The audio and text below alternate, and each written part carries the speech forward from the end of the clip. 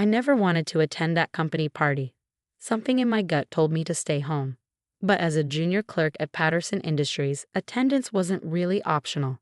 I'm Sarah Mitchell, and this is how my life changed forever in ways I never could have imagined.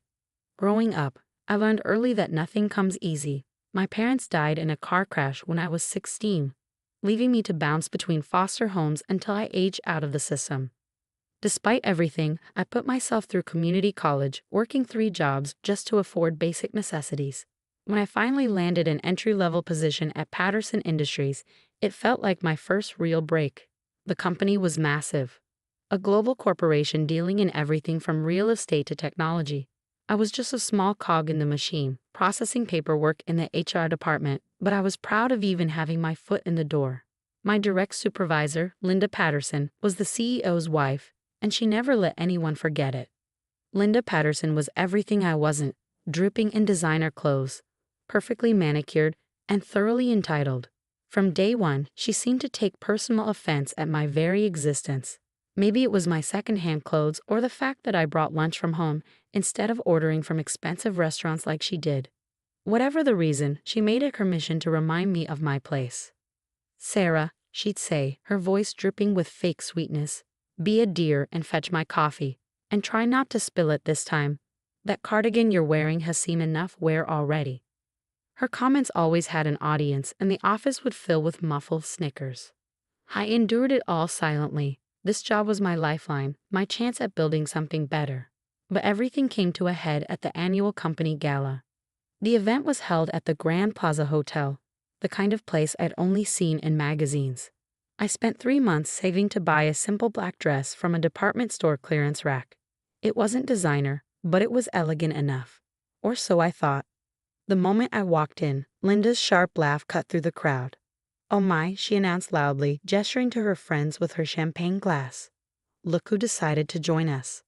Sarah, dear, didn't you read the dress code? This isn't a funeral. The dress certainly looks like it came from one." Her friends tittered, and I felt my cheeks burn. But Linda wasn't finished. She sauntered over, her red-soled shoes clicking against the marble floor. "You know," she continued, her voice carrying across the now silent room, "some people just don't understand their place. A company gala is for people who contribute value, not poor clerks who probably spent their whole month's salary just to buy that tragic excuse for a dress." I stood there frozen as tears threatened to spill. Then my phone rang. The number was unfamiliar, but anything was better than standing there under Linda's cruel gaze. "Excuse me," I whispered, hurrying toward the hotel's quiet corridor. "Is this Sarah Mitchell?" A formal voice asked whom I answered. "Yes, this is she."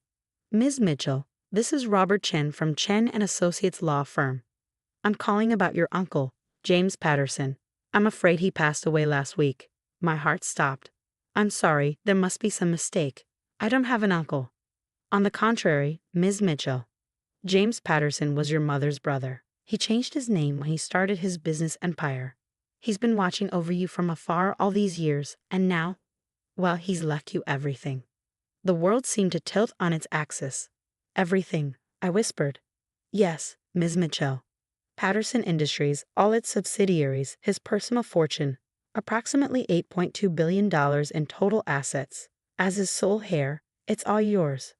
I gripped the wall for support. James Patterson, the founder of Patterson Industries, the mysterious recluse who no one had seen in years, was my uncle, and he left me everything. "There's more," Mr. Chen continued. "Your uncle left a letter explaining everything. If you'd like, I can have a car pick you up now to review the documents." As I ended the call, I turned to find Linda standing there, her face white as a sheet. She'd heard everything. You can't be," she stammered. I straightened my shoulders, years of suppressed confidence suddenly flooding back. "I believe you were just saying something about knowing one's place, Linda." The next few hours were a blur. Mr. Chen's car, a sleek black limousine, picked me up from the hotel. As Linda and the other party guests watched in shocked silence, I walked out with my head held high. At the law firm, I learned the full story. My mother and Uncle James had been close as children, but their parents' toxic marriage drove them apart. When James changed his name and started building his empire, he lost touch with my mother. He only learned about her death and my existence years later. He wanted to approach you, Mr. Chen explained. But he worried you might think he was trying to buy your affection. Instead, he watched over you from afar, making sure you always had job opportunities, though he never interfered directly. He wanted you to build your own strength. The letter Uncle James left me brought tears to my eyes. My dearest niece, I've watched you grow into an extraordinary woman. Despite every hardship, you've shown grace, resilience, and determination. These are the qualities that build true success, not inherited wealth or social status. I'm leaving you everything not because you need it, but because you've proven you deserve it. Use it wisely, and remember, kindness and integrity are worth more than all the money in the world. As I sat in my tiny apartment that night, surrounded by documents detailing my new reality, my phone buzzed continuously with messages from coworkers and executives who've ignored me just hours before. But one message caught my eye, an email from Linda Patterson. Sarah, I hope you can find it in your heart to forgive my behavior. I never knew. I smiled, thinking of all the times she'd humiliated me, all the coffee runs and snide comments. Tomorrow, I would walk into Patterson Industries not as a clerk, but as its owner, and I had some changes in mind. But first, I needed to understand exactly what I'd inherited. As I began going through the company files Mr. Chen had given me, I discovered something that made my blood run cold. Hidden in the records was evidence of a scheme so shocking, it would change everything again. Looking at the documents before me, I realized this was just the beginning of my story. The documents scattered across my coffee table told a story that made my newfound inheritance seem like just the tip of the iceberg. Linda Patterson and her husband, CEO Richard Patterson, had been systematically embezzling millions from the company for years. But that wasn't even the worst part. Hidden in a folder marked Project Phoenix were emails between Linda and Richard discussing my parents' accident. It wasn't an accident at all. They had discovered Uncle James's connection to my mother and were getting too close to exposing Linda and Richard's schemes. The Pattersons had arranged everything from the faulty brakes to the corrupted police report. My hands shook as I read email after email. They had watched me struggle through foster care, work multiple jobs, and endure Linda's abuse, all while knowing they were responsible for my parents' death. The timestamp showed the last email was sent just hours before the gala. The next morning, I walked into Patterson Industries wearing a tailored Chanel suit, my first purchase as a billionaire. The security team, already notified of the ownership change, nodded respectfully. "Good morning, Ms. Mitchell." I headed straight to the executive floor, where I found Linda already holding court in her office. She jumped up when she saw me, her designer smile plastered on her face. "Sarah, I was just telling everyone how I always saw such potential in you. In fact, save it." I cut her off, my voice ice cold. "Security will escort you out. The police are waiting in the lobby." Her face went from fake warmth to panic in seconds. "Police? What are you talking about? Project Phoenix ring any bells, Linda? Or should we discuss my parents' accident?" The color drained from her face. "You don't understand. Richard handled all that.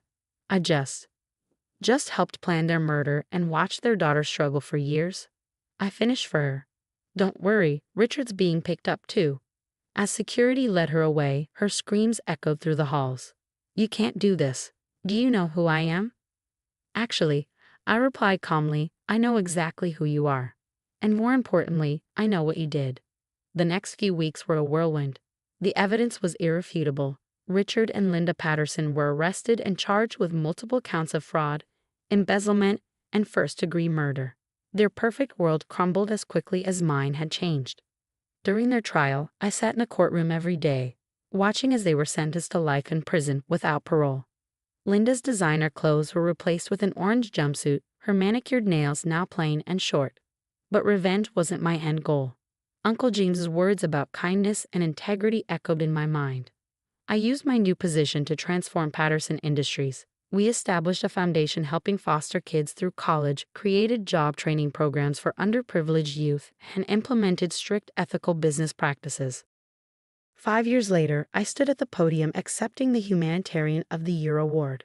The company had doubled in size, but more importantly, we'd helped thousands of people build better lives. After the ceremony, I visited my parents' grave, placing fresh flowers beside their headstone. "I hope you're proud," I whispered. "Everything I am, everything I've built, it's because of the strength you taught me." As I turned to leave, I noticed an elderly woman watching me. She approached slowly, tears in her eyes.